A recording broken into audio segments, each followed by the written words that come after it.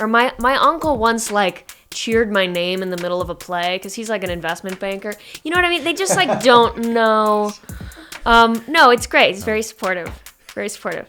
But they just, it's hard when you do something that's so hard because it's brutal in every way, being an actor, but everybody thinks it's so easy.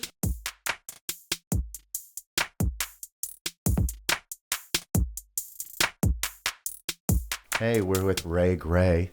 Hey. Probably the coolest name in the business, yes. Rae. I got really lucked out there. Right? My parents certainly did not intend nor desire for me to end up in this business, but they gave me that name. Are you sure? Because I'm going to read your IMDb and it says you started acting at 4. Oh, yeah, sure, because my brother, the star of the family, wanted to do it. So I was allowed to do it, in fairness. My mom is a fair person, but she's also smart and was like, you shouldn't do this. But yes, it's since I was 4. Okay, so I'm going to read this. Oh, no. Yes, embarrass you. It's our tradition. We always start. Yes. Oh, great, the embarrassing IMDb.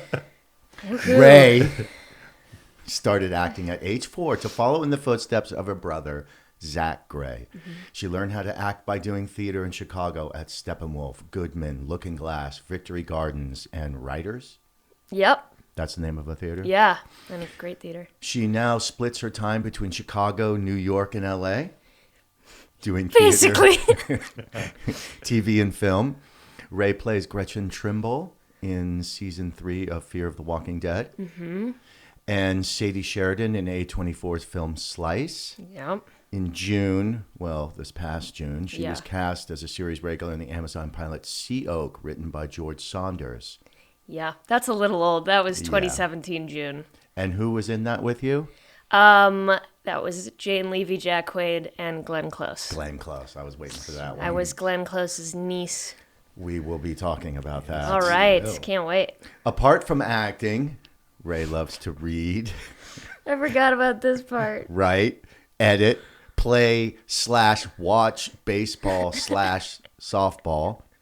Sing, play guitar, eat amazing food. That's true. It's probably the truest thing on the IMDb Chicago profile. And she is a diehard fan of the Chicago Cubs, Bulls, and Blackhawks, and loves watching and going to games. You don't miss a game, do you? Like literally of the Cubs, right? Unless I'm working. But even when I'm working, there's a lot of downtime. I mean, she's got it on. Pretty much watching it, like everything. Yeah, on MLB TV.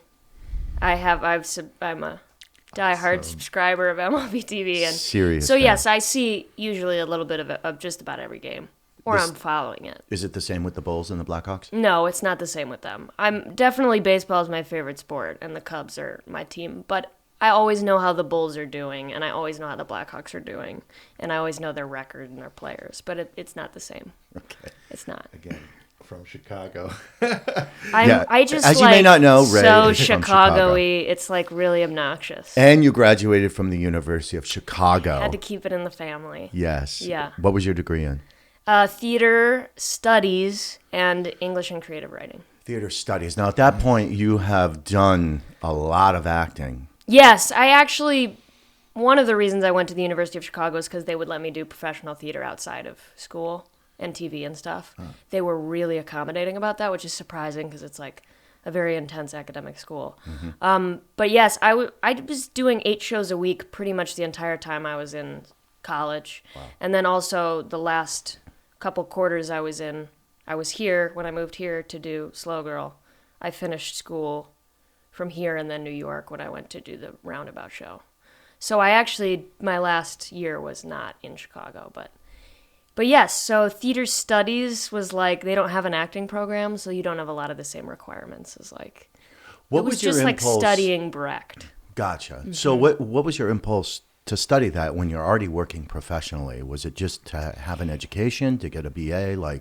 Yeah, I mean, it's kind of because everyone was doing it. Like, I don't think I really felt a tremendous amount of pressure by my parents to like get this college degree, but I went to a very competitive high school. Everybody went to college. My brother went to Northwestern, so I was just sort of in this academic world, and so I just felt like I had to get a degree. And I was really passionate about English and creative writing. Like, creative writing was the one thing academically I was passionate about.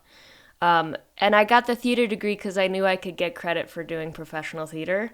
And that's pretty much the only reason. I went to University of Chicago because I could keep doing Chicago theater.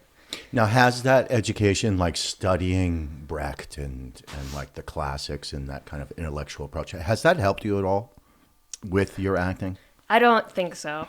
Sorry, University of Chicago. No, I loved the University of Chicago, and they helped me in other ways. It's a liberal arts school, and I think that education is way more helpful to an actor.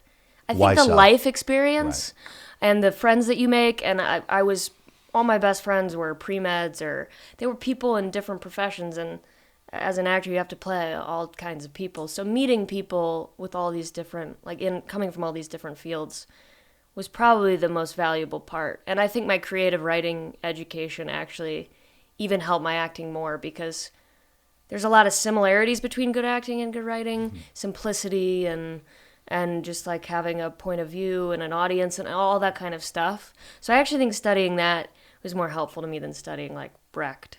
But the most helpful thing was doing Chicago theater. The best way to learn is by doing. So studying, it was great and fun and all that, but I don't think that's where you learn how to act. Right. And when did you, so you went in at 4 and you started doing it, just kind of following your brother. Yeah. And when did you know that this is what you wanted to do? Well, I kind of have two stories there. Two stories of failure from high school, but they're both cool, and I'm going to drop some names. Okay, please. The first name is Philip Seymour Hoffman, Wow. who's my all-time idol.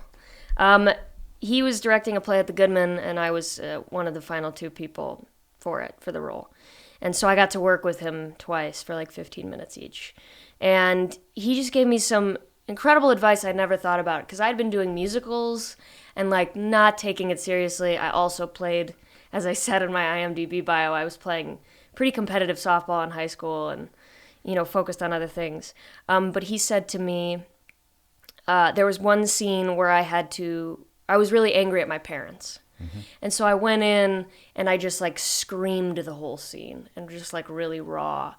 And he was like, okay, good. But I think you're in the position of power in this situation. So you actually don't need to have this big display of aggression, because you're kind of, you almost need to enjoy that you have this power over them. They're in the wrong and you're in the right. So you don't need to yell or do any of that.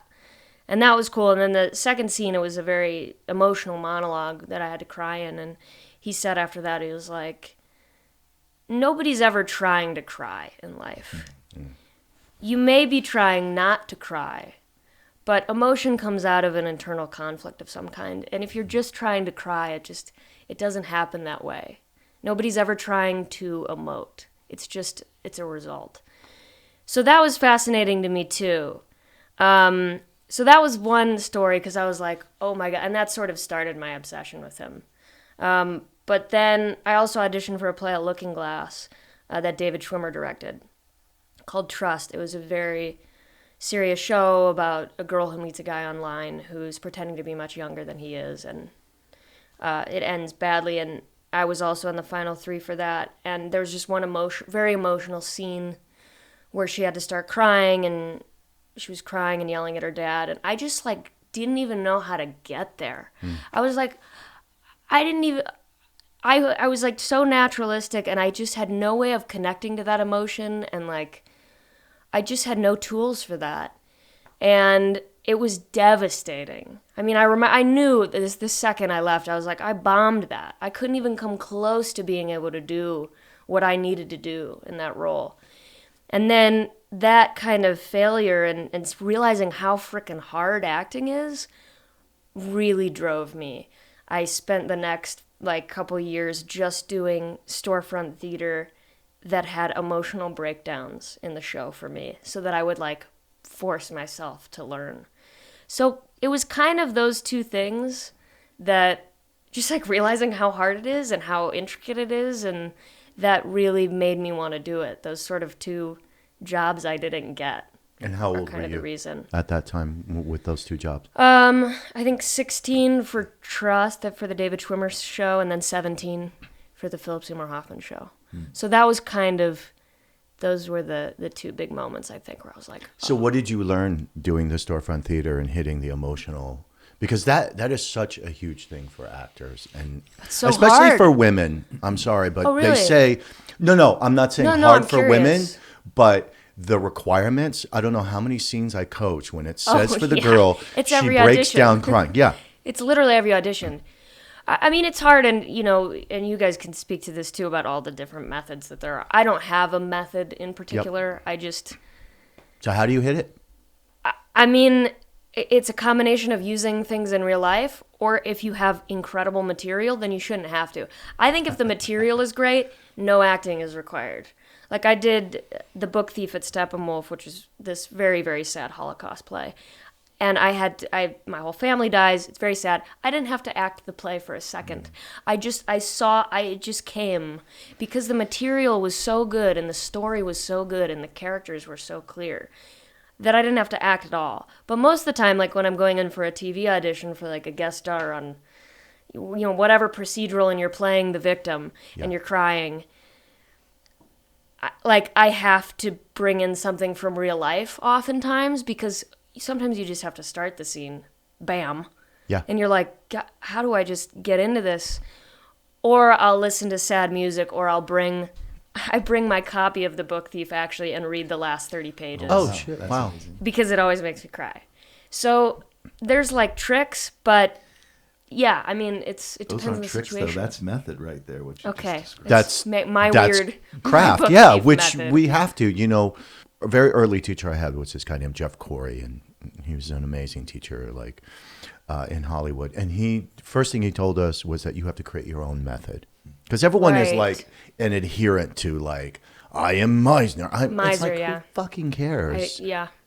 You know what I mean? I feel like you can steal from everybody. And Yeah, totally. Find your own kung fu, right? Yeah, absolutely. I mean, that's a great way to look at it, just finding your own method. But yeah, there's so many people. I have a friend who, every time we talk about an actor, he'll state the method of the actor, like, oh yeah, he's Meisner, and I'm just like, okay, whatever, like what? Okay, who cares? Right. Yeah, I think it's important to steal, but that's just what I had to do because, yeah, I mean, like you said, we are asked to cry all the time. Yeah, I mean, when you there's- walk into a it's room, hi, never- how you doing? First thing out, oh my God, why are you crying? Yeah, and you have to be tears like, just like that. and you're supposed to be personable to the people in the audition room. Right. You're like, hey, how are you? How's the kid? Like, and then you're like immediately have to. It's really, really hard. I mean, So let me ask you, like, really specific. Like, Yeah. so you go in there, you have to be crying right from the top because of tears in her eyes, and the other character says, "Why are you crying?" Right? yeah, So you come in and you're very personable. Hey, how you doing? But you've been listening to some music, maybe in the waiting room. Yeah, and reading. You got your it's the so book. the tears are on deck. They're in Gotcha. the on deck circle. Baseball Maybe a analogy, few, yeah. maybe a few escaped in the waiting room. Gotcha. But they're in the on deck circle, and then usually there'll have to be some kind of trigger that I use. Oftentimes it's something happening in my life. I think this is why life experience is important, and I was talking about making the friends at University of Chicago because that's just more tools for your toolbox, the relationships you have. So like, there was so when I was with my ex-boyfriend, who I loved very much, I could just imagine him dying and start crying immediately. So and that's such a weird, morbid thing to do, but like it did it. Like it worked and it helped me, and those were a great couple years for that. And so like, you have to have these shortcuts. It's not always going to be genuine. You're not going to be necessarily the character. I mean, you have to do all that work so it's there and you can think about your own stuff. And now you think about them now, and it just makes you laugh. No, I'm just kidding. I'm like, ha, sucker. No, I mean, it's just, well, also, that's what's tricky too, or at least this is my theory about most human emotion, is that everything kind of fades. Yeah. So you can't use the same thing. I used to be able to, in The Book Thief, there's a moment where I see the boy I'm in love with dead on the ground, and I say, Rudy, oh my God, Rudy, please. And just thinking those words would get me teary, but now I've thought them a zillion times. It doesn't quite have the same effect. So you have to, it's like one of the reasons that developing your personal life is also important, and not just letting that, because it's I important. heard this one guy saying, I can't remember his name, but he said there's no such thing as boring acting, just boring actors. Oh, that's interesting. Which is pretty extreme, but it's kind of No, to it's what really you're true. talking about. It's like to be an interesting person, to read, to experience life, to be a human being. Yeah. I think it's the most important thing. You know, I mean, instead of just an acting robot, like I must book jobs, and or like a very vain, like PR obsessed, or that's not the right word, marketing obsessed Yeah. or social media obsessed person, or somebody who just sort of has this brand. I keep hearing the word brand. If anybody like has a brand, they probably don't have much else outside of the brand, I feel like. Well, you haven't seen Tom Draper Acting Podcast. Well, okay. Apart from Tom Draper Acting Podcast, great title, Tom. I really know what I'm getting there. I think it's so important to be interesting and read, and I can't remember what, I watch a lot of actor interviews, but I can't remember who said this, but they were like, the most important thing you can do for your art is just to enrich your life. And There you go. And I think reading is so important, and I mean, also my experience is very millennial based, but I don't know a lot. I don't have a lot of friends that read. The reading has gone to the wayside because everybody's picking up their phones, so that's going, and there's like, I mean, luckily a lot of great TV watching is happening because a lot of great TV is happening, so that's great. Yeah. But there's still just a lot of ways that we're sort of shortchanging ourselves in terms of developing our growth or developing ourselves and growing. And What is the value of reading, do you think, for an actor? just specifically? empathy. I think people learn empathy by reading. I mean, that's certainly how I learned it, just in the same way that you watch a movie or a TV show and you empathize with a character. I think it teaches you about different characters.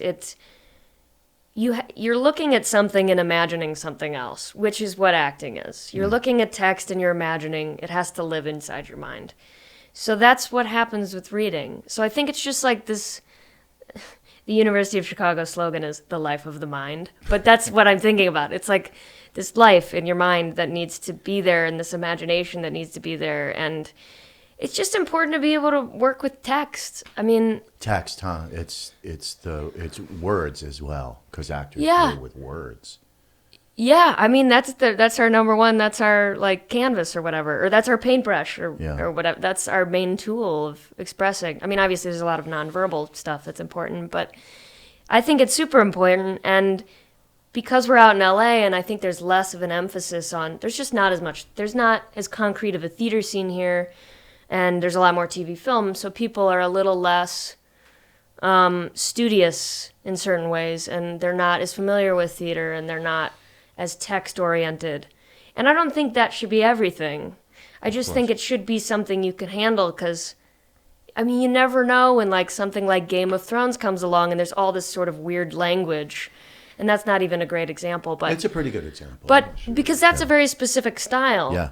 And you have to be good with language to do that material because it doesn't sound like how people talk today. Hence, a lot of people in those shows have been trained at RADA or... Well, right. They're all British theater actors. Because they've dealt with text. Exactly. Big time. So I think it's important, and it's easy nowadays bringing social media back into it. I just didn't get a indie film because I didn't have enough followers on Instagram. And it's just like we're sort of... It's tricky. Yeah, but your food posts are so awesome. I know, right? Like, why didn't I get cast and things based on all the pictures of all pizza the I sushi. post? And sushi. Sushi here, pizza in Chicago. But yeah, so it's almost like we're validating a bad trend, I think. And also, these are all generalizations, and I also think, not to put LA in a hole, but they're LA problems too. Because a lot of people come here because they want to be in TV film, because that's where you get all the attention.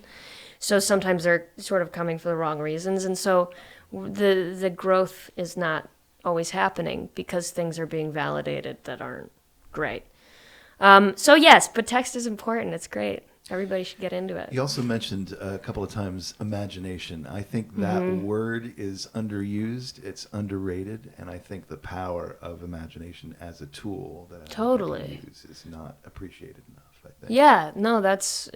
I mean, I certainly think so. I was always very imaginative as a kid. I mean, I played with action figures till way later than it was acceptable to like be playing with toys. Like I'm talking high school, it stopped. And I would just be like doing this, and I always try to find something now that's equivalent to keep that imagination. Because I was literally in the world with these characters. I'm nearsighted. That's why this is so close to my face. So this is like what I would be doing, and I would like be so in this other world. And I think as an adult, you don't really have those opportunities. And part of that is because, life gets in the way and our brains change. But I think having that's so important to be able to like be so well prepared that you can show up and be completely lost in the scene, which is very hard to do. But it's imagination. Acting is imagination. That you connected imagination with reading too, which I think is a really great thing. Awakening somebody's imagination just by reading, like. I think that's a beautiful thing, a beautiful muscle to kind of start. Well, I mean, you were preparing to be an actress by playing with your little figures, because that's what it is. It's just play acting. It's like, let's pretend we're in space. Mm-hmm. You have superpowers, and you're trying to, get rid of the universe. Absolutely. I mean, probably my best prep for that, was playing with my action figures. Seriously. Sure. I mean, thanks, little Rae, for being such a weirdo. But I have like an 8th grade school photo, and I'm wearing like this, I don't even know, it was like a vest with pockets. And I had 2 action figures sticking out of it. Awesome. In the school photo. Oh, that's great. It was just, it was so embarrassing, the things. But it's important, and also, this is the other thing about like middle school and just growing up, all of that is sort of stifled because you're trying to be cool and you're trying to not show emotion. So there are also like a lot of child actors that don't really transition well into adulthood because they're trying to be cool and they've sort of learned to suppress all of their natural emotion and imagination in order to fit in at school and seem chill. And I think that's also not very helpful. Luckily, I was really weird and had no idea what was going on, so I never was trying to be cool. Well, I was just going to ask, I mean, how did you avoid those pitfalls then? I mean, you started really young, and here it is, you're an adult, and you're still doing it. You've been working for decades now. So, like, how did you avoid those traps? I mean, I think I was really lucky. I grew up, yes, they were a very supportive family. They never told us we weren't ever forced to do anything. We didn't have, we never got grounded. It was very much like, find your own way without punishment. Your life, you'll get punished yourself, or you will punish yourself. So we don't need to do it for you. You'll learn the lessons on your own. Mm-hmm. So that was cool. And I was such an extreme tomboy in middle school and so weird and not successful at anything. I was bad. I was a bad student. I was a very unfocused actor. I goofed off all the time. I was living in La La Land. I had no idea what was going on. But other moms would say to my mom, I wish my daughter was as carefree as Rae. And I'm like, this was my mom's nightmare. She's like, I just want her to put on a dress and show up and pay attention and have a conversation at the dinner table. But there was a value in being so extremely myself, which was this crazy, bespectacled little geek who was obsessed with baseball and playing with action figures till she was 15. And so I think that being myself, being so utterly me, and that sort of being validated was really helpful, because I think as an actor it's really important to be really in touch with yourself. And I still give a lot of credit to who I was as a young person, and I try to incorporate her in a weird way, and I almost separate her out from myself in a way. And then also, I think because I was so bad at everything for so long, I switched from baseball to softball freshman year of high school, and I had a lot of catching up to do. All these girls, I'd been playing with boys, and I'd been good for a girl, and so I always got by, but I had to switch, and I was sort of falling behind, and I realized I had to start working my butt off if I wanted to be successful at softball. And I actually think the athletic discipline and working every day and playing catch every day and going to the batting cages once a week, and that actually fed into acting a lot. I think that athletic discipline is a very important skill in acting. It gave me the tools to know how to work really hard at something. So, yeah, I mean, I think it was just a combination of things, of support from my family and me being sort of allowed to be who I was, and also learning how to work hard, that I was able to make that transition. I did have a very bad period in mid-high school when I was too tall to play a kid, but I still had the face of a 10-year-old, and I didn't work at all. So I had time to figure stuff out. But yes, my parents were incredibly supportive. How long have you been in Los Angeles? And what 5 was years, that decision? like exactly. 5 years exactly. Yeah, I did a play at Steppenwolf, a 2-person play in 2013 that transferred to the Geffen, which I is saw, in Westwood, which was which Tom awesome. saw. And yeah, and then a bunch of casting directors came to see it, and What was the name of that play? it was called Slow Girl. It was by And who was Greg it with? Pierce, and it was with William Peterson. And we did that. That ended up being like a whole year of my life, just us doing this 2-person play. I mean, it doesn't get any better than that to me. Like that's. What did you learn from Billy Peterson, working with him? I learned how to drink whiskey. No, I actually did turn 21 with him. I was with him. What did I learn from Billy Peterson? He's so. I don't want to put this in simple terms, but his acting is so simple. It's so nuanced. It's so not forced at all. There's so much internal stuff going on. He started in theater, but he's like a genius because he was on. I ended up watching CSI, and he's fantastic on that show. That show is mostly forgotten, but it actually had some really great seasons, and he was just like. So subtle. I mean, the subtlety and like so distilled in a way. And he's a great listener. I mean, listening, we forget it so much, especially with like the rapid audition culture of getting things the night before. And all the listening goes out the window in the being present. And he was just such a great listener. Also in real life. He remembered things like I saw him in a play a year ago.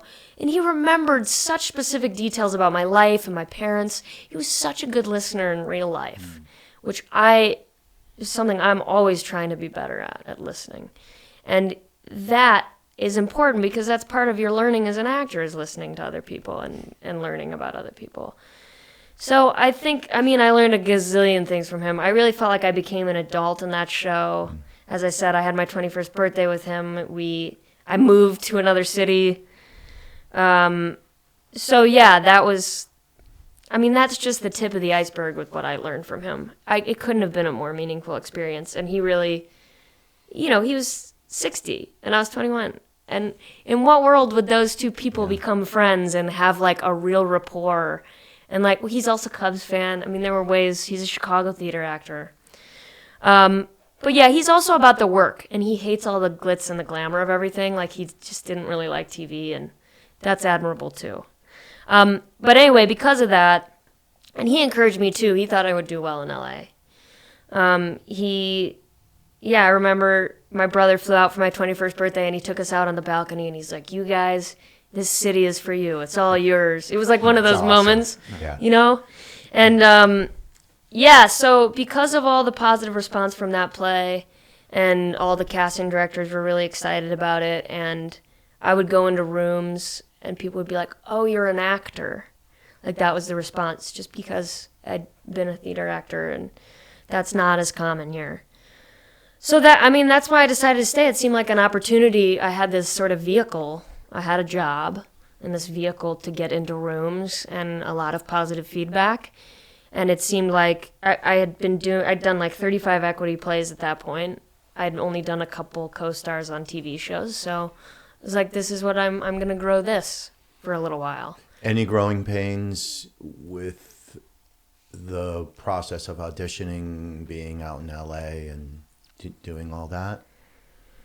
Yeah, you had done some stuff. It's not like you hadn't done the rejection and that stuff obviously had been a part of my life since I was 4. I think I learned, and I'm still learning this stuff. LA is such a hard city because where you can keep busy in theater in Chicago and New York and other things and workshops, and you can't really keep busy artistically here as much. You can make your own work. It's true, but there's a lot of weird, bad stuff being made too, and it's hard to keep your artistic life alive here because also there's not as much theater to see, and there's not, I don't think, as much of an intellectual community, and that stuff isn't always valued as much. Once again, I'm totally generalizing about LA. These people exist. But just the general culture of it. It's easy to forget why you love acting here, I think. Because my parents were business people, and I tried to approach it with a sort of business-like point of view of, okay, a lot of people are I wanted to have artistic freedom. And so a lot of people who have great social media followings or who are TV stars are getting theater stuff. And I was like, all right, well, I'm going to go grow my resume in TV film, and that's what I'm going to focus on, and I'm going to turn down some theater stuff. I still ended up doing like a play a year, but I'm going to turn down a lot of artistically fulfilling stuff so that I can get this business stuff, build my credits. And I thought I was being really smart by doing that. But you just can't really survive as an actor by just doing that like external stuff. And I've been able to work on some great TV and film, but also a lot of it is just showing up and standing on a mark and saying your line perfectly one time, and there's no process, and you don't grow, and you don't make relationships with anybody because you're just a guest star. So that stuff's tricky, and it gets in your head, and you're like, why did I turn down all of this great artistically fulfilling stuff? Because it's just important for your mental health, even. Because you'll end up going mad if you're just doing stuff for results. It just has to be process oriented, and there's just not as much of that out here. So that's been a growing pain, and especially in the last couple years, which have been slower for me. I mean, to be honest, I booked this series regular 2 years ago with Glenn Close, and you think, okay, well, now I'm going to be okay for a little while. You're like, I mean, this is a new level. No. Then the pilot doesn't get picked up, and not a lot of people have seen it, and kind of nothing happens from it. And I also did this A24 film, which was great, and I'm one of the leads of it, and it's a really fun film, but nobody's seen it.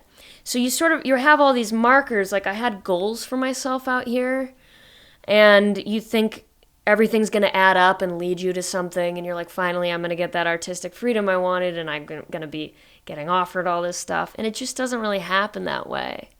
And so while you've been pursuing this sort of external success, you've sort of forgotten what you love doing and that you're not really doing it for that anyway. So that's been probably the biggest growing pain for me out here. That's not a very concise answer. No, but it was a great answer. To that. But yes, I think it just needs to be about the work and not about the success or having security. You're signing up for not having security by being an actor. And I always was like, no, I'm going to be one of those actors who I'm going to be just fine. I'm going to be working all the time and doing this TV stuff. But that's just part of the industry, is that you don't have security. That's the whole point. So you feel like you're starting from scratch then, really, every time? You don't feel like... do you imagine that there is going to be a tipping point at some point? I mean, you have a body of work that you keep building on. Do you feel like there's going to be a wave that crashes at some point? Do you still feel that, or do you feel I think it depends on on how things go. I think certain people do. I think you have to be pretty famous to get to a level of actual security. Because even, there are times even where Glenn Close probably wanted a Meryl Streep role, and she didn't get, probably a lot of times, and she didn't get it. So even at that level, you're never really, I mean, she's doing fine, and she's great, and has plenty of security, but I do think you need to get to a pretty insane level of success. I mean, like, I have a friend who just did a couple Broadway shows, 2 leads of 2 Broadway shows, and can't get an agent. So I think it's like, ideally you want to think, okay, I've started an A24 film, and I've been a series regular and a pilot, and I've done these recurring guest stars. This means I should be at this level. But it just doesn't work that way, I don't think. And I think things come back from your past. Like when I worked on Fear the Walking Dead, the producer of Fear the Walking Dead had directed me in a 2-line co-star 4 years before. So like those little things can start to pop back up, and but you never know when that's going to happen. Like, I don't know when a director friend or something or someone I've worked with is going to have something for me. So that it can be cumulative, I think, in that way. But I think you always have, it's sort of always a grind until you get to be pretty famous. And I think it's got always to a be grind. pretty famous because I I really do. a lot of actors and actresses who work all the time, but it's still It's impossible. It's very month by easy month. to feel, It's just gig by gig, and something comes up. It's not like got it. Yeah, no. got it. I mean, I don't anticipate that I think there'll be periods of feeling very secure. But I don't think it's just like a straight uphill. But it's cool what you said about cumulative in terms of relationships, because I think that's something that people discount too. That people like working with people that they've worked with before, and it happens. You know, there's directors that almost seem to create an ensemble of actors. You know. Oh yeah, I mean, I feel like most directors use the same people again and again and again. So it seems if they you like can, working with their friends. There you go. And if you can forge those relationships and keep them going and preserve them, then there's an opportunity for that stuff to come back. And that's tricky too, because I don't like networking or making anyone feel like I want something from them. I won't do it. Like, I just won't. Like, I'll take the hit in the career if it means somebody doesn't feel used. It's just like, it's not in my DNA. And that's tricky because you'll forge great relationships with people and they go on and work and you go on and work and you want to remind them of your existence, but you don't want to be, you don't want to show them your motive behind that as being anything other than we're just buddies and I'm just checking in to see how you're doing. You don't want them to think this person's reaching out to me again because I want a job in the future. So it is tricky to also keep up those relationships. The thing about the Fear the Walking Dead producer, Andrew Bernstein was his name, he came and saw Slow Girl here in LA. I invited him. So that helped. If you can do stuff like that, like invite people to see your work or just send them a link. Like I did a short that went to Sundance a couple years ago and I sent that to a bunch of people because I thought it was fun and cool. And so if there's a way you can sort of promote yourself without it seeming not genuine, then, that's the way to go. But it's tricky because I do not like people feeling like people thinking I'm trying to use them or want them as anything other than a friend. Like that makes me very uncomfortable. But it's part of the game. Oh, I'm just the opposite. I had one of my actors writing something. I'm like, do you have something for a guy me? with a shaved head and a beard? You're like, oh, yeah, wait, yeah. You dick. That's how you get all your work, right? You course. just wait. Just That's why you do ask. this, right? You Of just course. ask. You see, just waiting. I'm waiting you're for you to going get up for that that thing? script. Oh, can I see the breakdown on that? Is there a role for me on that? Yeah, it's a fine line between being a good business person and Yeah. being a good person. It's tricky. It makes me very uncomfortable to do that kind of stuff, and I know sometimes I need to do it more than I do, but I'm always like very hesitant about it. But yes, cumulative in terms of relationships for sure. Yeah. Tell me about Glenn Close. So her favorite beers are Corona and Guinness, but only if she's in Ireland. Like, they screw up Guinness here. So, I think that says a lot about her. Like, I know that's such a weird thing to start with, but I have so many great Glenn stories we were together for 3 weeks. And one of them is, like, the first day we met her, we did a table read of the pilot, and we were in Brooklyn, and we met her, and she has a place in Manhattan proper, I think. And then we also had like a team, and Amazon was throwing us a dinner that night in Brooklyn. And she's like, I don't want to go all the way back to Manhattan. Can I just chill with you guys at your hotel? And Jane, Jack, and I were like, you want to come hang out with us at our hotel? Okay. And she napped on the couch in the lobby for a few hours. And Jane, Jack, and I were just texting each other, she's just sitting out there. She's a freaking legend. She's sitting out on a couch in a lobby. We invited her in, but she's like, no, I'll just rest on the couch. And then finally we were like, okay, well, let's go out and talk to her. And she like startled, woke up. And she was like, hey, you guys want to grab a beer? And then she went and she just ordered a Corona. We had a Corona with Glenn Close. It was amazing. it was so cool to see her tackle that character. It's a very charactery woman. And I feel like Glenn Close is often a leading lady more than a character actress. And it was cool to see her. I mean, not that she's capable of doing everything, but I just think almost what people sort of pigeonholed her in as this just like beautiful leading lady. And so to see her play this sad old woman, by the way, you should read this short story, everybody. It's called Sea Oak by George Saunders. It's hilarious. But the character that he created basically dies and comes back from the dead. And she dies as this very timid, sweet woman who died a virgin and she was like a cashier at a dollar store. And then when she comes back from the dead, she's like a bitch, like a total crazy, and we play her nieces and nephew, and we're like just low lifes. And she's like, you need to clean up your act. And to see her try to play this totally different woman completely outside of herself and see her try to get into it, she would always say to herself, where is this lady? Where is this lady? It was like a process for her. She would say that out loud? Yeah. Before a take? Yeah, before a take. Really? Yeah, and she would... What do you think she meant by that? Where is this lady? Where is this just lady? finding this character. I mean, it's tricky. It's tricky to totally become somebody else. You kind of have to... Of course, I'm thinking of this example, but Philip Seymour Hoffman and Capote, which I think is the ultimate transformation, because physically and just everything about it.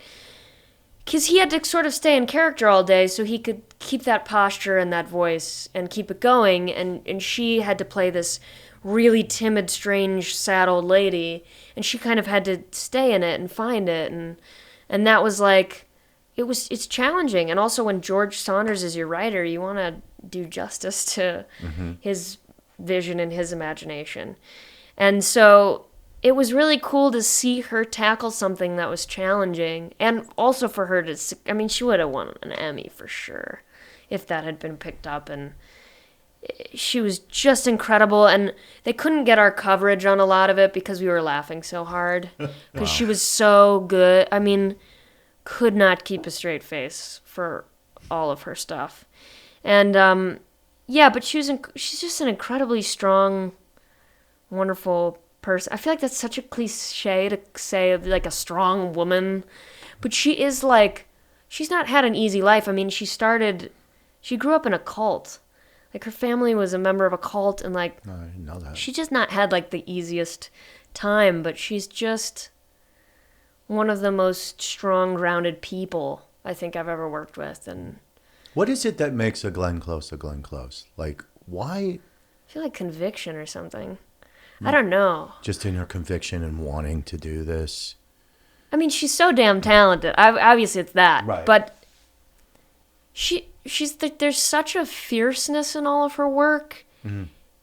And I don't mean it necessarily in the characters she's played, but just in her commitment to them. Immediately with them, is A World According to Garp? Was that the... Mm-hmm. Mm-hmm. Yeah. That's her first big film role. And you're she's maybe confidence? It's an unapologetic nature, I think, that she has. That's that's unique and specific to her, but very confident. And it's to steal, this is Richard Dreyfuss's line. He thinks being a star is being unique and also being incredibly familiar at the same time. So very relatable, but also unique, if that makes any sense. Totally. Absolutely. And I think she has that. She's unique. She has a unique presence, but there's also something very familiar about her, and consistent in her work.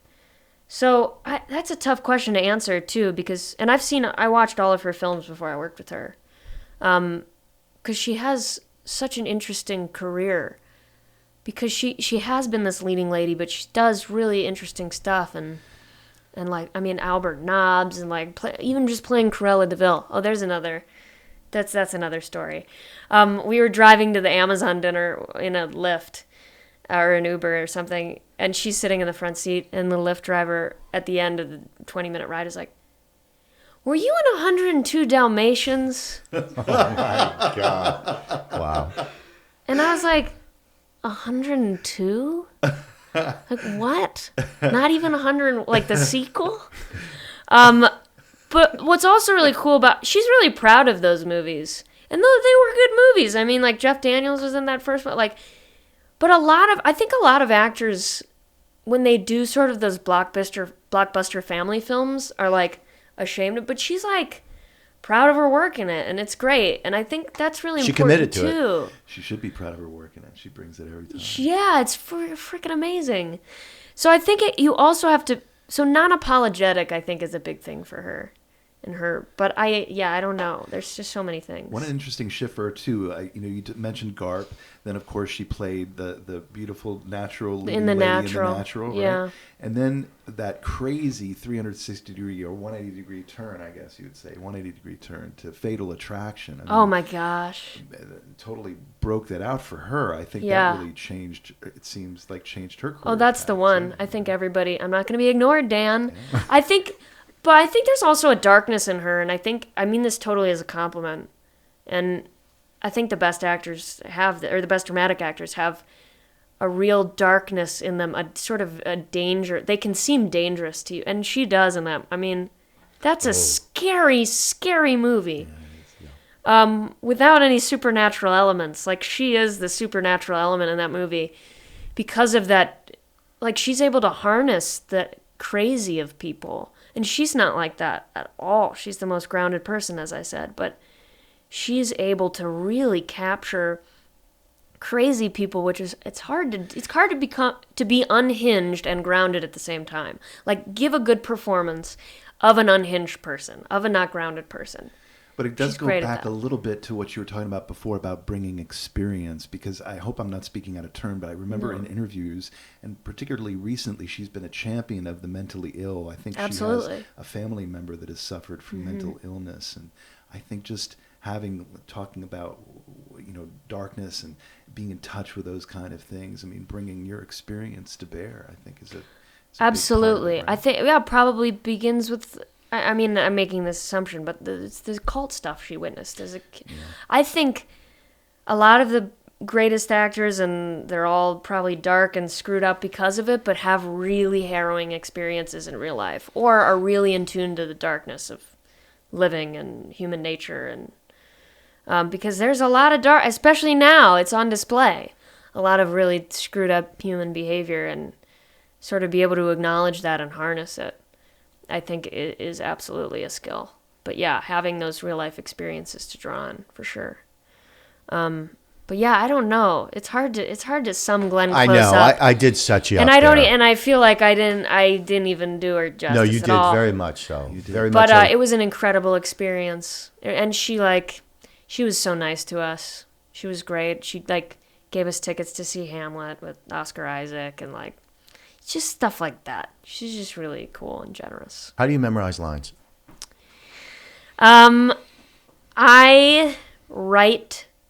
I take the script and I write out my dialogue 10 times. Flipping through and write it out 10 times. That's how I start. I have a really OCD process. That's pretty much how I always start. But that can take very long. Like in the audition that I taped with you the other day. That takes 5 hours to write all that out. So so if you have a night before audition, sometimes that has to go by the wayside. Then I look at the page, because I'm trying not to memorize choices or intonation or anything. So I'm really and I'm always word perfect. It's just an OCD theater thing. So, and then I'll go through the script. I'll say each line individually 10 times, and then I'll go over the page 10 times, and then I'll do that for each page, and then I'll go over the whole thing 10 times and try to speed through it and just drill it. And with someone alone? No, that part's usually alone. I don't really learn with other people. I can't. I'm too self-conscious to learn lines with anyone else because I'll just get in my head. So you write it out. Yeah, I'm a visual learner, so. Okay. And then after that, you said you go over each page, meaning you. I'll say the line out loud, and then I'll say it in my head until I feel like I know it well, and then I'll say it 10 times, and then I'll go to the next one, and then learn that, and then I'll say that 10 times. If it's a monologue, I'll just break it up into chunks. But then, yes, and then I go over the page 10 times. I just like try to speed through it, say all my lines. But I think it's also really important to learn what the other person's saying too. That's important for listening. And that's what writing it out first helps me with. So you write both lines? Or no? No, I just write mine, but I'm looking at their cue line and I'm slowly looking through it 10 times. So like you get a really good sense of the shape of the scenes just by doing that. And then I'm a very nervous auditioner. It doesn't make any sense to me because I've had 3 auditions a week since I was 4, basically. I don't know why, and it doesn't even matter what it's for. I get nervous for commercials and everything.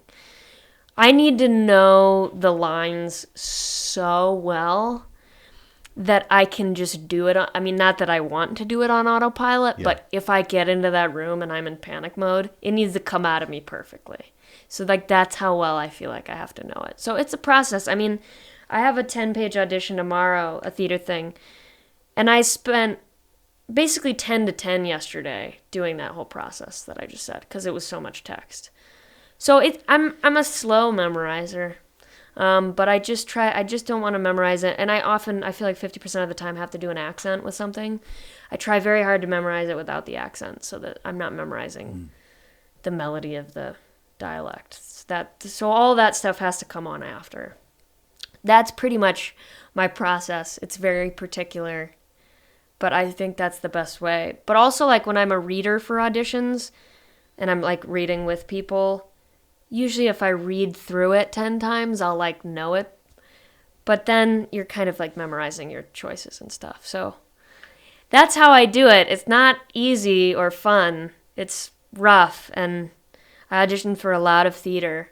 So there's a lot of stuff I'm learning. I fill up a notebook a month, probably like a thick notebook a month by writing everything out. Oh, and this is really weird. I have all these colored pens that I write it with, and I pick just like whatever color I think is the energy of the character and write in that color. So colors, that's great. Yeah, you have to, I audition so much that I need to make something out of it or I just go crazy. So I need to have this whole process. And I've had one actor told us he kind of creates a soundtrack for his character. Yeah. Like he'll have music. Have you ever done that? Yeah, I do that every time. I listen to Pandora Station. My audition on Tuesday took place in the South, so I was listening to country music. Or if I auditioned for this old British play, so I was listening to like the Sense and Sensibility movie soundtrack. Mm-hmm. I don't make a playlist, but I'll have Pandora for whatever the particular. If I'm playing a moody character, I'm listening to like heavy metal, that kind of thing. Yeah, I do that. And then I also watch, if I'm auditioning for a producer that produced a famous show, I'm only watching that show before the audition. It's hard to actually get anything. Like, I don't actually get to watch that much TV at the end of the day because I'm always watching TV for homework. I'm always just watching, like, episodes of whatever I'm auditioning for. So you're finding the genre, their style, their... Yeah, if it's, like, a multicam or... This is actually how I watched Friends, was I had a pilot test for one of the producers of Friends, so I started watching Friends to get it was a multicam, to get that style. Yeah. And then I just got hooked and I ended up watching all of Friends.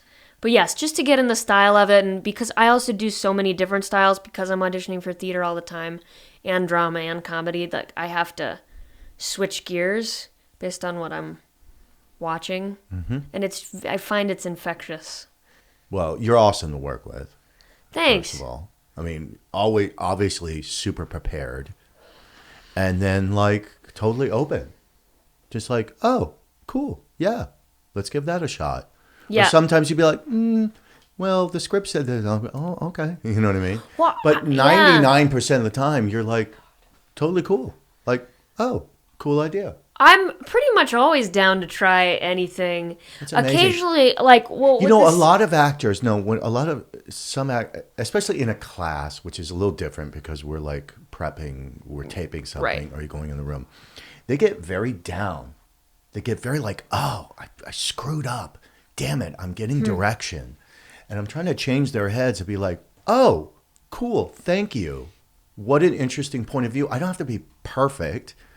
You know, There's no such thing. Yeah. There's no way. they still want to be It doesn't right, exist. and it's so like the ego. And I'm not talking like a bad ego thing, but just No, like no, our I ego, get it. because we're like it's very personal. It's like I'm personally saying, No, we which take I it as don't a mean criticism. it. We take it as a criticism, Right. and you don't, which is Yeah, I mean, well, they want to think that they nailed it the first time, I'm guessing. yeah, of course, and And they I- somehow screwed up and are a bad person and a bad actor because I'm stopping them. Right. But I mean, that's the whole point. You're building it together. I mean, it's teamwork. I think I just always assume I'm not. That's why I'm come to you, Tom, because I know I'm not doing it. Not that there is a perfect, but I know I'm not doing it as well as I could. That's why you go to class, and that's why I work with you, because I know you can make it a lot better.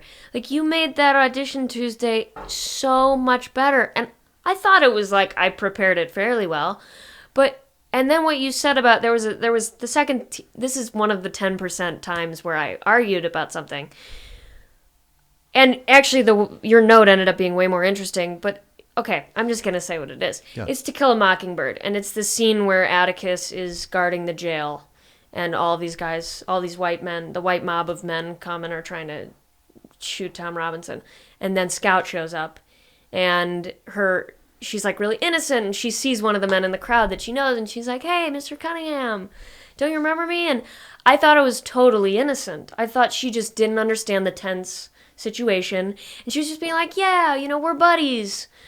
And Tom was like, "She's doing that, but she also knows it's a tense situation, and she knows deep down that these people are doing something wrong.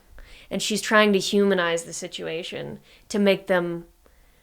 I mean, honestly, she does make them leave. So it's successful. But I was thinking it was just purely innocent. And Tom was like, no, there's a little bit of motive in it. And it was way more interesting that way. I mean, it turned out to be way more interesting that way.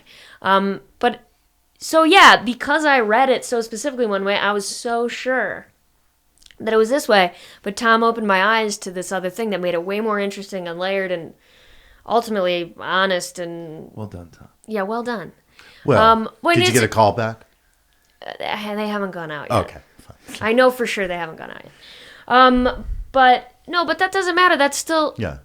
And sometimes I'll just read something and I'm so sure it's this one way because that's human experience. You see things and you... make assumptions based off of them, and you assume you know their meaning, and then someone might see something else in it. I just and don't that's like know the value how in it. every actor, not to push an acting coach, but at least a friend, something to go over it so you just get another perspective of it that you just don't see. The You know best what I mean? work comes from... The whole point of acting is that you have a director there, and you have a writer, and it's a collaboration, and you have other actors there, and like... No, there's no such thing as perfectly playing a part. That's what's honestly, the hardest thing for me about the past 5 years is that I've just, like, given my all to so many auditions where I just thought I nailed it and I worked so hard and they just completely have somebody else in mind. They're like, I'm a very specific energy. And they just completely were like, oh, that was really good. That's totally not that person, though. And that's so, and it happens to me, like, I feel like it happens to me once a week where I'm getting like, Rae is amazing, not right for this part. That's happening all the time, but that's also how you know that there's no such thing as perfect way to play something. Because at the end of the day, it's like, if you walk in and you're what the director or the writer or what a producer has in their head, you're probably going to get the part, and you might not even be the best actor for the part. You're that person in their head. So it's almost, that makes it seem like our work is futile because it's like, well, it doesn't matter if I'm not right, I'm not right. It's not. You still need to put all of that into it. But it's tricky. I mean, it's tricky. Well, because there's a lot of examples where I think sometimes producers and directors and writers in a room, they have no idea what they're looking at. They don't have right? any idea. And sometimes it takes a person walking into the room for them to figure out. Exactly. I think that it goes at that even that That's point the goes same- to the same thing. Being you and bringing you, you have no other choice, right? You have to bring what you can bring to the role and let the chips fall where they may. Right? Right. Absolutely. And also in that vein, there's no right way to do it because it's just who knows. The person who gets it is the person who gets it. But great that you have this kind of, you talked about your OCD, but that you have that and that you can still be open and still be available and still change and adjust. I think sometimes those two might seem to people to be incompatible, you know? But Yeah, I think- mean, I certainly didn't used to be that way. I used to be really hard on myself, but look, I think the best acting training is doing theater. I'm biased, but I just think it is. And that's collaboration. You're working with the director, and I've always was taught in theater is an actor's medium ultimately because Yes. you're on stage every night. But in the rehearsal process, it's kind of about the director, and I pretty much never argue with the director. I'm always like, yes, we're going to try it this way, and a lot of the time the director will immediately come back to me and tell me to do it the opposite way because that's part of their process. They need to see about their choices. But I think there's no way for us to watch ourselves and know exactly what's right. And there isn't a right. But I think it's important to be collaborative like that. And as I said, I'm much better. I've booked a lot of things that I've put on tape. Sorry to keep tooting your horn, Tom. But I've booked a lot of Please. things I've put on tape with Tom because he makes me much better. He makes me much more specific. And he's able, what I'm good at is being honest and grounded. That's like my base skills. Every audition's going to be that. great base He's skills. putting in, well, thank you. But there's other things like specificity and character building and those things that you need to work on. And somebody else is going to help you with that. And that's just, I mean, you work with a bunch of superstars. Every great actor works with a coach. It's funny, isn't it? I mean, I think you talked about sports early on in the interview, and I Yeah. think, there are a lot of similarities, I think, between sports and acting Oh, that people totally. don't appreciate. And I think the Absolutely. idea that, you have a superstar athlete that has no qualms talking about working with a coach. There's a Right. batting coach, there's a pitching coach, they have strength and conditioning, physical therapy. They have no problem talking. And Right. nobody ever worries about Questions. attributing their talent to those coaches. They No. go, okay, well, that ball player is a genius, right? But Right. somehow in acting it is completely reversed, and people feel that it's some sort of knock on their work to work with somebody else, as if it's I know, now that's so that weird. it's Tom doing all the work for you and not you bringing your beautiful work to the role. I've had to sign non-disclosure agreements Right. with certain people because they doesn't want to be known that they have a coach. See that? Okay, this bothers me because this is also in going back to mental health. Right? Great segue. Yeah. No, so this is, I try to push everybody in my life to go to get therapy. I think it's so important, also as an actor, to get therapy. But I think you need to help yourself. Being a human, we're animals, but we are conscious of our situation. No other animal is aware of that the planet is dying and that we are all dying, and that so we need help processing that. And nothing we're doing is natural. Like, can you imagine, like, just 3 giraffes sitting around this table right now talking about acting? You know what I mean? Like, we're doing sort of weird, not natural things. I mean, acting is natural in a lot of ways in terms of emoting. It needs to be. But at the same time, the structuring of it and the shaping of it, or the making of a great baseball player, takes work. It all takes work. And so it's crazy to me that actors sign NDAs because they're working hard. What is so bad about knowing you're working hard with a coach? To me, that says that actor takes their job seriously. They're working with a coach. They're working hard. Even though they're famous and they're already successful and they probably don't need to be successful, that they're There's still something working with the about, coach. I hear you completely. There's something I think that has been kind of going on in the business, like the natural talent, the discovering of a person, and they have this natural talent and they Yeah. want to kind of keep that kind of bullshit going on, Right. that acting is just natural. It just happens. There's no craft involved in it. I feel like it's just I think part that's of this true. A mini kind of theory fake narrative. I think a mini theory I have is the birth and the proliferation of reality television. I think has changed what people Interesting. think about acting and celebrity and people that are doing this at high levels. I think it seems to foster the idea that it's easy to do it, and that the hardest the question I get from people that don't know about acting the most is, how do you memorize your lines? Oh, totally. That becomes.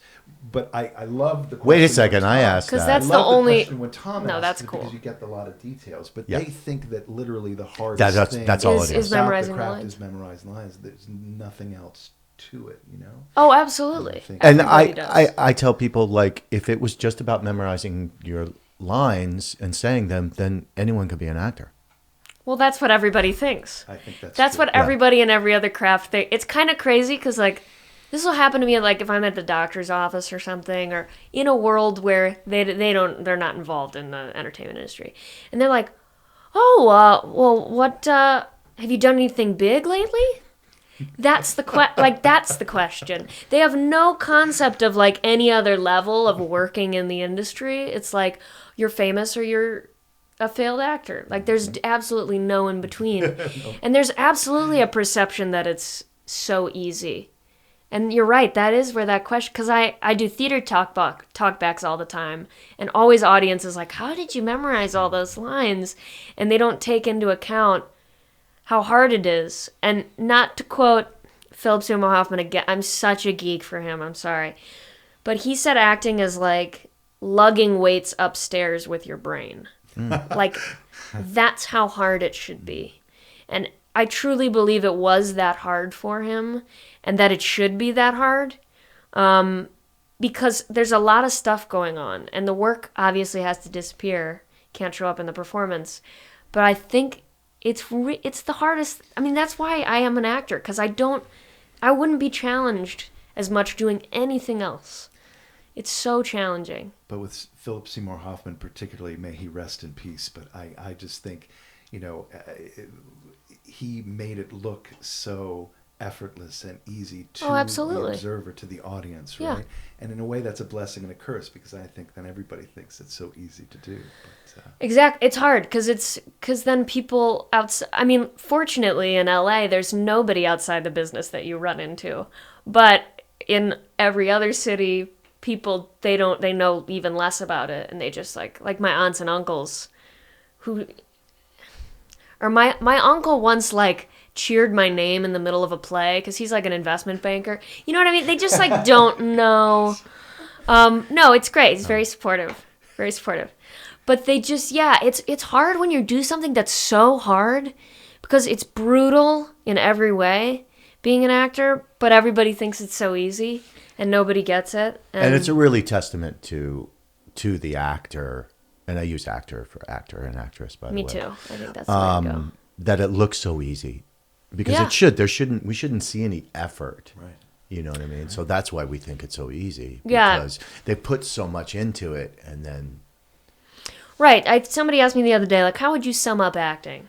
And I was like, and I basically what I landed on was it's becoming another person and hiding the effort of the becoming, basically.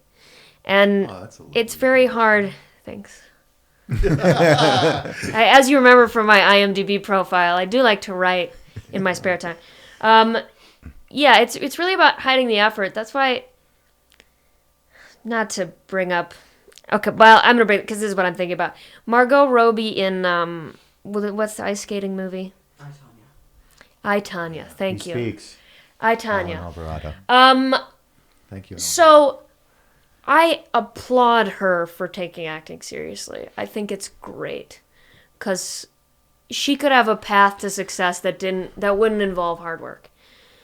But in I, Tonya, you saw all the work.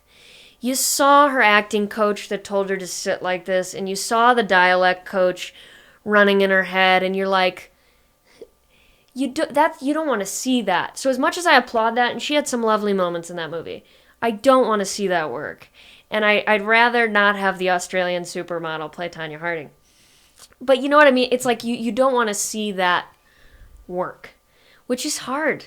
And it's the same thing with going back to baseball. It's so cool that you said that about baseball players and coaches. And I mean, I think if I wasn't a baseball fan, I probably still wouldn't be an actor, because the slumps that happen in baseball teach you about life in a way that nothing else does. Oh my God, you have to talk about that, because I had an actor literally text me the other day, and he was despondent because he was like, I am 1 in 3 in callbacks. He literally is like, boom, I'm 1 in 3, which is pretty good in baseball, right? And then, but he says, That's great. That's Hall of Fame. Right? Yeah. But he's so obsessive about this, and he hasn't booked, but he's 1 in 3 in callback. And it's just talk to me about that and how an actor stays sane. Well, first and foremost, belief in yourself. You have to be really confident. You have to think you're really good. 75% of the time, I think nobody's going to do that scene better than me. The other 25% is because I really wasn't right for it or whatever. But you kind of have to have that ego, but you also have to you have to put your ego away when you're like, well, I just wasn't right for it. So I think first and foremost, you need to be confident. Like, just because even though I'm not booking, I know I'm a really good actor and I have something to contribute and say. In terms of baseball, yeah, like, so maybe a walk or a single is like good feedback, and maybe a double is like a callback, and maybe a triple is like you're pinned. I hit a lot of triples that and I never score on. Yeah, and then, maybe a home run is booking a gig or whatever. And that's not even the best analogy, because some hitters just hit home runs all the time, but they don't have any of the finesse of, like, they don't play the small ball, which I think is also really important. They might just get the big hits, but they don't play small ball, which is, I think, important in building a career. But in terms of slumping, like, one of my favorite players, Kyle Schwarber, he's hitting 191 or something right now.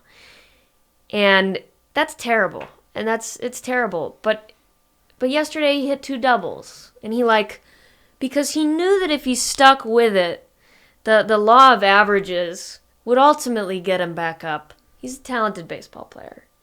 Would ultimately get him back up to a decent place.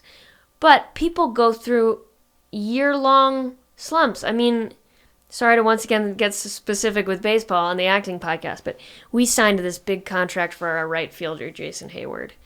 And he had his first 2 seasons. I mean, we spent so much money on this guy. He did not hit his first 2 seasons with us at all. And that could ruin you. What if you didn't book something for 2 years? Yeah. That's that'll really screw things up in your head. Yeah. But it happens. Okay, I didn't tell you the rest of this text. I'm 1 for 3 in callback, so I had to give him, saying it's a him. I had this actor, and then I said, recently I had an actor who hadn't worked for a year, like a solid year. Yeah. And now there's 3 things circling around. There's 3 projects that this when it actor's rains going and to do. pours. Exactly. So I was using that as like motivation for this actor. Yeah. Like, it's going to be cool. You go through streaks. Yeah. And then he, being very negative, went back, well, I haven't worked for two years.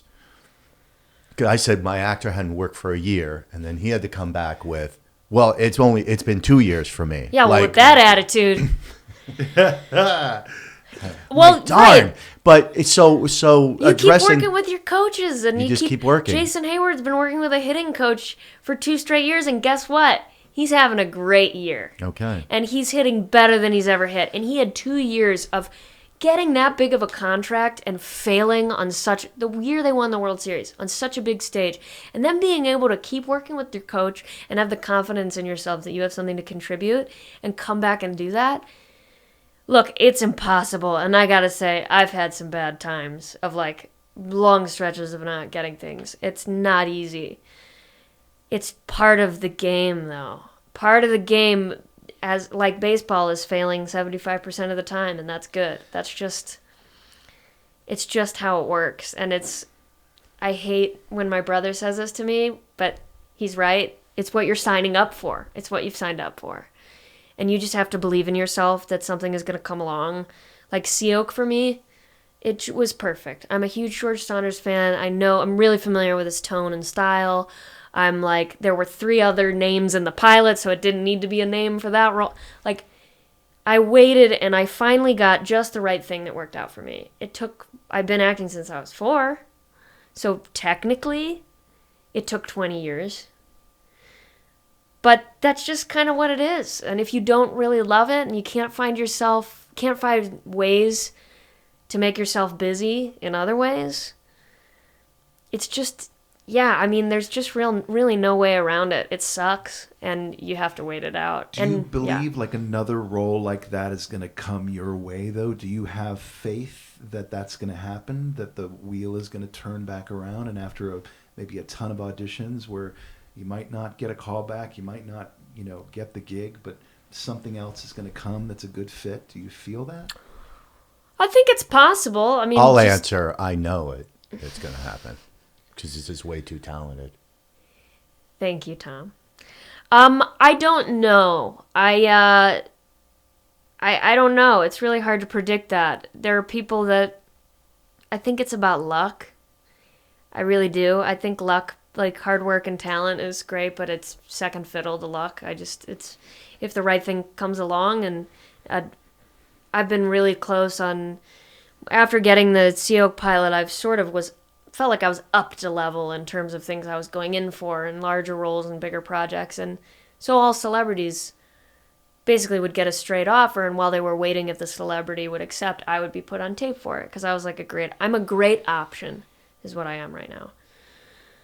So if all of the right things align, then sure, but I don't count on it. And what I'm going to do going forward is try to plan those things less. As I said, I would always tried to like business plan out my career so that I could have artistic freedom in the long run, and I'm not going to do that anymore. I'm just going to try to I've been putting a lot of theater stuff on tape and just trying to do that and just trying to stay sane and do the work rather than be like, I want to book my next Sea Oak, because that's winning the lottery. And so it just seems a pure matter of luck to me. That's a very long-winded answer to your question. The answer really is just, I don't know, but I think you have to have, my motto is high aspirations, low expectations. So I don't expect it to happen, but you always have to have a little hope. But it also seems like you're answering the question of what to do in the meantime. I think a lot of people are like convinced their lives are meaningless unless they get these things and all the space. Yeah, you have to find other ways to be validated. I remember the very first compliment I ever received about anything, and I remember all of the compliments I received, offhanded comments from teachers. I think you have to remember all that stuff. And now the emails that casting directors have sent me, or that directors, after seeing a play I was in, special notes, but also things I'm just proud of myself, like the really long audition we taped the other day, that it turned out much better than I thought, and that also has to go into your confidence folder, and I think everybody needs to have one, and that's what's going to carry you through the times when you're not booking. You're like, no, but remember this is also true. This success I had is also true. This compliment is also true. I just happen to be in an unlucky period right now. So yeah.